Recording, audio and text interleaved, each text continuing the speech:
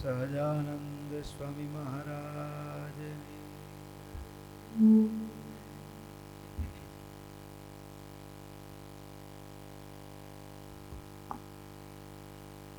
ઈષ્ટદેવ પરમારાધ્ય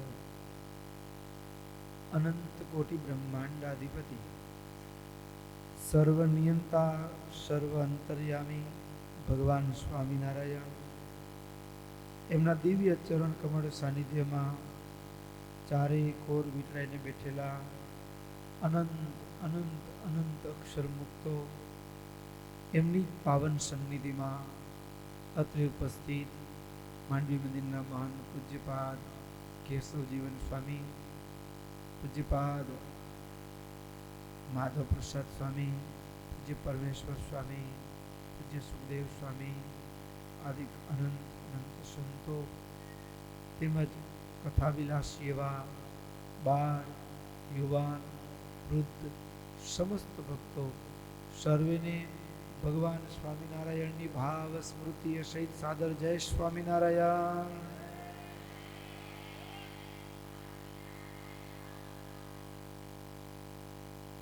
વાલા ભક્તો, ચાલતી નિત્ય સાયંકાલીન શ્રીમદ સત્સંગી જીવન કથા ગંગા, એમાંય ગત કથા સત્રની અંદર ભગવાન સ્વામિનારાયણ વડતાલ પધાર્યા. મુક્તાનંદ સ્વામી વડોદરાની અંદર સભા જીતી છે અને 3.5 મહિના થયા છે. સ્વામીને સમાચાર મળ્યા કે મહારાજ વડતાલ આવે છે, એટલે સ્વામી તો ઉતાવળા ભગવાનના દર્શન કરવા માટે વડતાલ તરફ ચાલવાની શરૂઆત કરે. ત્યાં વડોદરાના પંડિતોને એમ થયું કે સ્વામિનારાયણ ભગવાન વડોદરા આવે, ક્યારે દર્શન થાય, ચાલો ને સ્વામીની સાથે આપણે વડતાલ જઈએ, વહેલા દર્શન થાય. પંડિતો પણ સ્વામિનારાયણ ભગવાનના દર્શન કરવા માટે મુક્તાનંદ સ્વામીની સાથે વડતાલ આવ્યા છે. પંડિતો વડતાલ આવે, મુક્તાનંદ સ્વામીની સાથે સ્વામી આવી મહારાજને સાષ્ટાંગ દંડવત પ્રણામ કર્યા. મહારાજને સાષ્ટાંગ દંડવત પ્રણામ કર્યા. સ્વામીની આંખમાં હરખના આંસુ આવી ગયા, મિલનના આંસુ આવી ગયા. પણ આજે પંડિતોએ પહેલી વખત ભગવાનના દર્શન કર્યા છે. અત્યાર સુધી પંડિતોના મનમાં એમ હતું કળિયુગમાં ભગવાન ન હોય, કળિયુગમાં ભગવાન ન હોય, કેવળ નામ સ્મરણથી જ મોક્ષ થઈ જાય. પણ મુક્તાનંદ સ્વામીનો યોગ થયો. એ સભાની અંદર મુક્તાનંદ સ્વામીની સાથે શાસ્ત્ર ચર્ચાથી પંડિતોના હૈયામાં એક વાતની દ્રઢતા થઈ ગઈ, કળિયુગમાં ભગવાન અવતાર ધારણ કરે છે. અને અવતાર ધારણ કરે છે એમ નહીં, અવતાર ધારણ કર્યો છે અને સાક્ષાત સ્વામિનારાયણ ભગવાન છે. પંડિતો ભગવાનના દર્શન માટે ઉત્સુક હતા ને જ્યાં મહારાજને જોયા, પંડિતો મહારાજને દંડવત પ્રણામ કરવા લાગ્યા. મહારાજ કહે, પંડિતો રાખો, સ્વામીએ મહિમાની વાતો કરી હતી. અરે, આપણે જેની આતુરતાથી રાહ જોતા હોઈએ ને એને અચાનક મળવાનું થાય ને, હૈયામાં આનંદ આવી જાય. પંડિતોના આંખમાં હરખના આંસુ આવી ગયા. નહીતર જન્મારો વહી જાત. જેમ શિશુપાલ સગા કોઈના દીકરા હતા પણ ભગવાન શ્રી કૃષ્ણને ઓળખી ન શક્યા, એમ આપણે જે કાળમાં રહ્યા છીએ એ કાળમાં ભગવાન પૃથ્વી પર અવતાર ધારણ કર્યો હોય અને આપણે એના દર્શન વિનાના અભાગ્ય રહી જાત. અરે, દૂર બેઠા કેવળ ગાડો દેતા રહે પણ ભગવાનના દર્શનથી વંચિત રહી જાત. એટલે આ અભાગ્યપણાનું મેણું ટળી ગયું છે, એનો હરખ પંડિતોના હૈયામાં હતો. અને પંડિતોએ ઘડીક તો મહારાજની દર્શન કરતાની સાથે જ એ ભક્તો એનું હૈયું પણ ભરાઈ આવ્યું અને ભગવાન સ્વામિનારાયણ એ પંડિતોને પણ યોગીઓને પણ દુર્લભ એવું અલૌકિક દર્શન કરાવ્યું છે. ફરીવાર પ્રતાપસિંહ રાજા સુરત મુનિને પૂછે છે, રાજન સ્વામી તમે જે વાત કરી, સ્વામિનારાયણ ભગવાન ગઢડાથી વડતાલ આવ્યા, પણ સ્વામી જ્યારે વડોદરાની અંદર સભા જીતવા ગયા અને આ બાજુ મહારાજ વડતાલથી ગઢડા ગયા હતા વચ્ચે, એ સમયમાં સ્વામિનારાયણ ભગવાને ગઢડામાં શું શું કર્યું એ કથાના પ્રસંગો તો રહી જ ગયા. એ કહો સ્વામી. હરે કથામૃતમ પીત્વા તૃપ્તિર્નાસ્તિ મુને મમ પાયયાતસ્તદેવ ત્વં કરુણાનિવૃતો યસી એત્ય દુર્ગપુરમ સ્વામી વૃત્તાલય પુરા સ્વયં કિમ કિમ ચકાર તન્મે ત્વં વદસુ સુવૈખિલમ. મને વિસ્તારથી કહો. અને ત્યારે સુરત મુનિ પ્રતાપસિંહ રાજાને કહે છે, શતાનંદ સ્વામી નોંધે છે, સાંભળો રાજન, તમને ભગવાનના ચરિત્ર સાંભળવામાં રસ આવે છે ને, એટલે મને પણ સંભળાવવામાં ખૂબ આનંદ આવે છે. 33મો અધ્યાય. ભગવાન વડતાલથી ગઢપુર આવ્યા. હવે ગઢપુર પહોંચ્યા ક્યારે? તો કે 1881 વૈશાખ સુદ પડવાના દિવસે સ્વામિનારાયણ ભગવાન ગઢપુર પહોંચ્યા છે. બોલો સ્વામિનારાયણ ભગવાનની જય. રાજાધિરાજ આજે આપણી સભાની અંદર આવી રહ્યા છે. ઘડીક મહારાજનું અભિવાદન કરીએ. નગરચર્યા કરી, અનંત ભક્તોને સુખ્યા કરી, ઘરો ઘેર મહારાજ આજે એ અભયદાન આપતા થકા મહારાજ આજે પુનઃ મંદિરે પધાર્યા છે. લાખ લાખ વંદન હે પ્રભુ, લાખ લાખ વંદન. સહજાનંદ સ્વામી મહારાજની જય.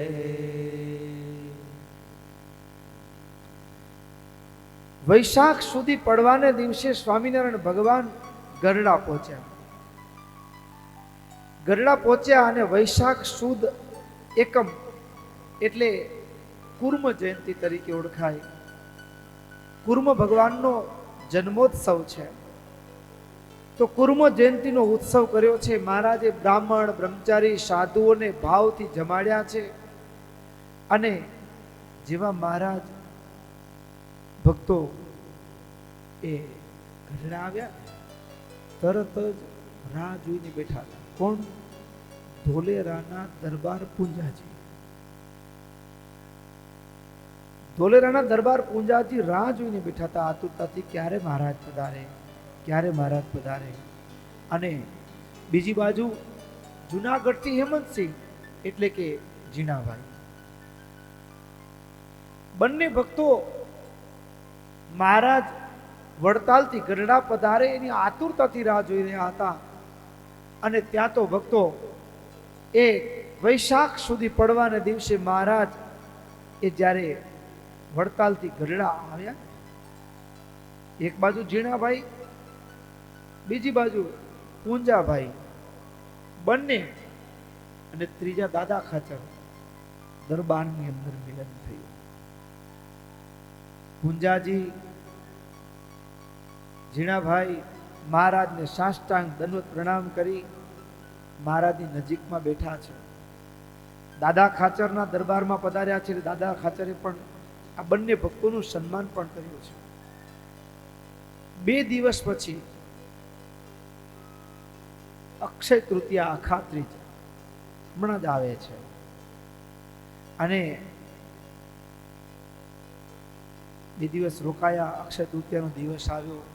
ચંદન યાત્રા એટલે કે રથયાત્રા, એનો ઉત્સવ પણ અદ્ભુત થયો છે. મોકો જોઈ અવસર જોઈ અને જીણાભાઈએ હાથ જોડીને કીધું, મહારાજ એક વિનંતી લઈને આવ્યો છું, એક વિનંતી લઈને આવ્યો છું. શું? તસ્મિન્નેવ દિને જીર્ણ દુર્ગા તત્રાયયો નૃપ હેમંત સિંહો દૌરયાત પુંજીચ નૃપપુરા મંદિરમ જીર્ણ દુર્ગે ત્વમ રાધા કૃષ્ણાસ્ય કારય મમાન્યેષાં ચ ભક્તાનાં પૌરાણામ પ્રિયમસ્ત્યદ. પ્રભુ જુનાગઢની અંદર મોટું મંદિર બનાવો.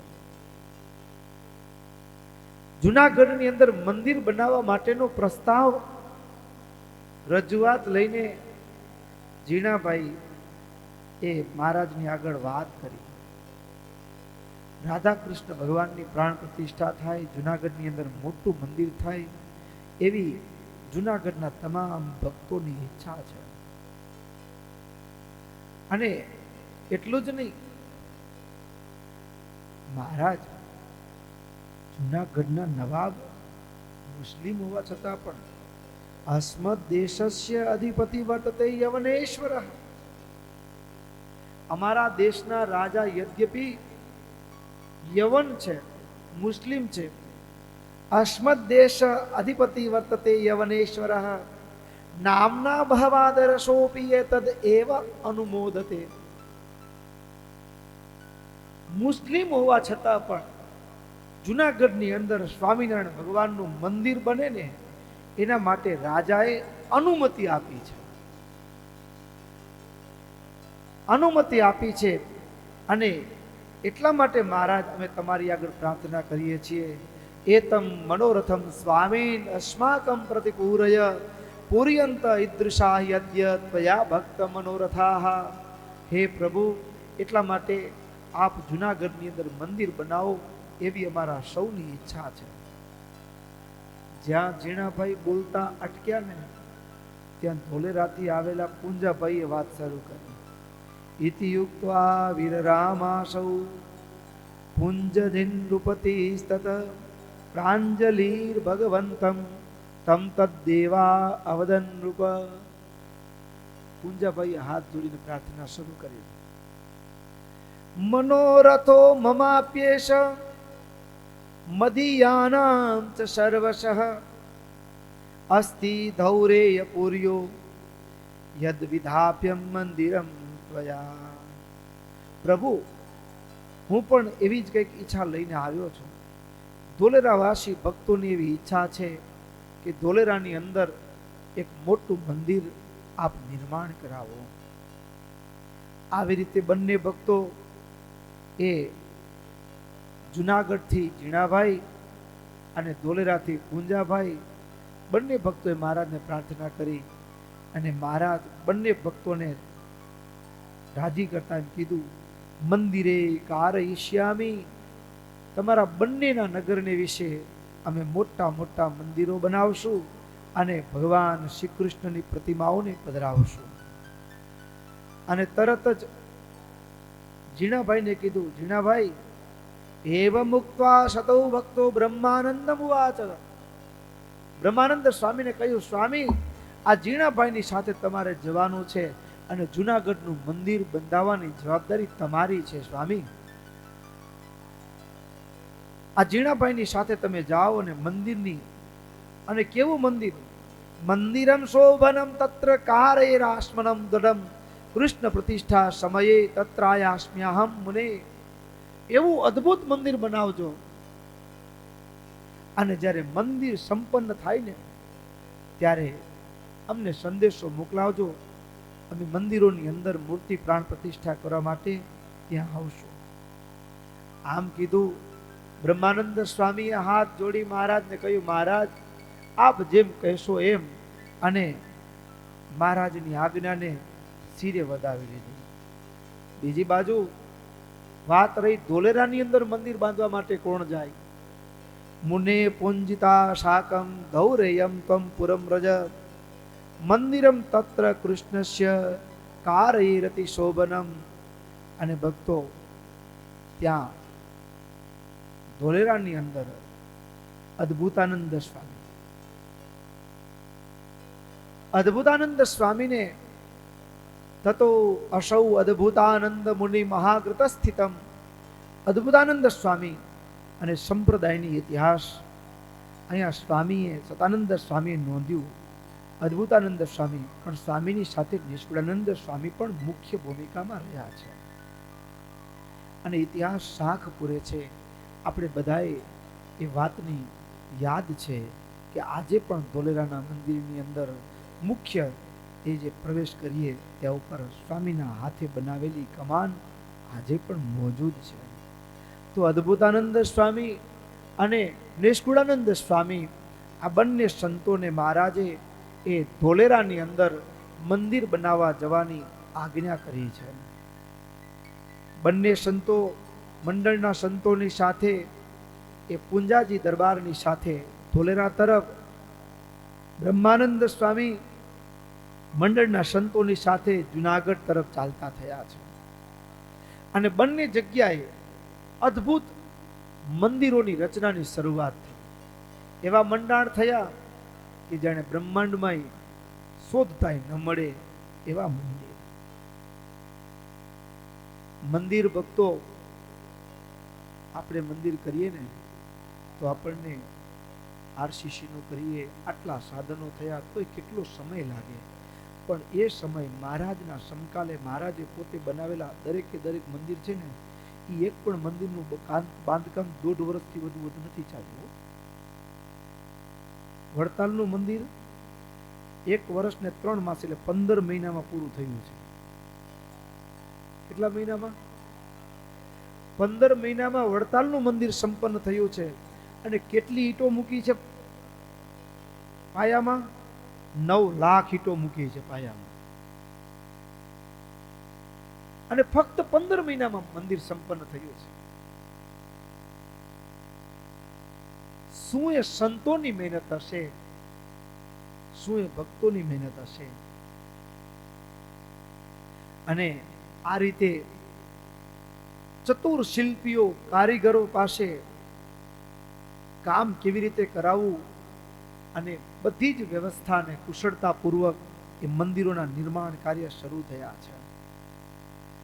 આ બંને સંતો મંદિરના નિર્માણ કરવા માટે પ્રસ્થાન કર્યું. ત્યાર પછી ભગવાન સ્વામિનારાયણ રામ પ્રતાપભાઈ અને ઈચ્છારામજીની સાથે વૈશાખ વદ પાંચમના દિવસે, વૈશાખ વદ પાંચમના દિવસે બ્રહ્મ વૈવર્ત પુરાણની કથા સાંભળવાનો પ્રારંભ કર્યો. ભક્તો, મહારાજ આપણે જનમંગલના એક નામની અંદર ભગવાનનું એક નામોચ્ચારણ, મંત્રોચ્ચારણ કરીએ છીએ. ઓમ સત્શાસ્ત્ર વ્યસનાય નમઃ. ભગવાનને સત્શાસ્ત્રનું વ્યસન છે, કથા સાંભળવાનું વ્યસન છે. મહારાજ બ્રહ્મ વૈવર્ત પુરાણની કથા સાંભળવાનો પ્રારંભ કર્યો. અને એ બ્રહ્મ વૈવર્ત પુરાણ કેટલા દિવસ સાંભળ્યું? તો 1881 વૈશાખ વદ પાંચમથી પ્રારંભ થયું. વૈશાખ પછી આવે જેઠ, જેઠ પછી અષાઢ, અષાઢના વર્ષ બદલાય અને પછી વર્ષ શરૂ થયું 1882. અને અષાઢ, શ્રાવણ, ભાદરવો અને ભાદરવા માસની અંદર ગણેશ ચતુર્થીના દિવસે એ બ્રહ્મ વૈવર્ત પુરાણની કથાની સમાપ્તિ કરાવી છે. અને આવી રીતે 3.5 મહિના સુધી બ્રહ્મ વૈવર્ત પુરાણની કથા મહારાજ ગઢપુરની અંદર દાદાના દરબારમાં એ ઈચ્છારામભાઈ અને રામ પ્રતાપભાઈની સાથે બેસી બંને ભાઈઓને સાથે રાખીને મહારાજ એ કથા કરાવી છે. મહારાજે શ્રવણ પણ કરી છે. પછી ગણેશ ચતુર્થીનો દિવસ આવ્યો. તસ્યામ તિથૌ મૃણમય રમ્ય મૂર્તિ ગણેશાનર્ચ મહોત્સવેના. ભક્તો, ગાણપત્ય વ્રત એટલે કે ગણેશ ચતુર્થીના દિવસે, ભાદરવા સુદ ચોથના દિવસે ગણપતિની પૂજા કરવી એ ગણપત્ય વ્રત છે. અને આ વ્રત ધર્મદેવ અને ભક્તિ માતા, ધર્મદેવ અને ભક્તિ માતા જ્યારે વૃંદાવનથી પાછા વળ્યા હતા, વૃંદાવનની અંદર એ વૈશાખ સુદ એકાદશીની રાત્રે ભગવાને દર્શન આપીને કીધું કે જાઓ, હું તમારે ત્યાં જન્મ ધારણ કરીશ. અને આ હરખ હતો ભગવાનના આગમનનો અને આનંદની સાથે પાછા આવતા હતા ને. નક્કી કર્યું તો કોઈને વાત કેવી નહીં, પણ એમાં બન્યું એવું કે રસ્તો ભટકી ગયા, જંગલમાં અટવાઈ ગયા. અને એમાં સામે કોઈ પુરુષ જોયો અને પૂછ્યું, ક્યાંથી આવો છો? આવા ઘનઘોર જંગલમાં ક્યાં ગયા હતા? તો કે વૃંદાવન ગયા હતા. તે શું કરવા? અને બધી વાત કહેવાઈ ગઈ. ભક્તો, અતિ હરખ અને અતિશય શોક આ બેમાં ભૂલાય. હરખ અને શોક એ વિસ્મૃતિનું કારણ છે. નહોતું કહેવાનું અને કહેવાય ગયું, કહેતા કહેવાય ગયું.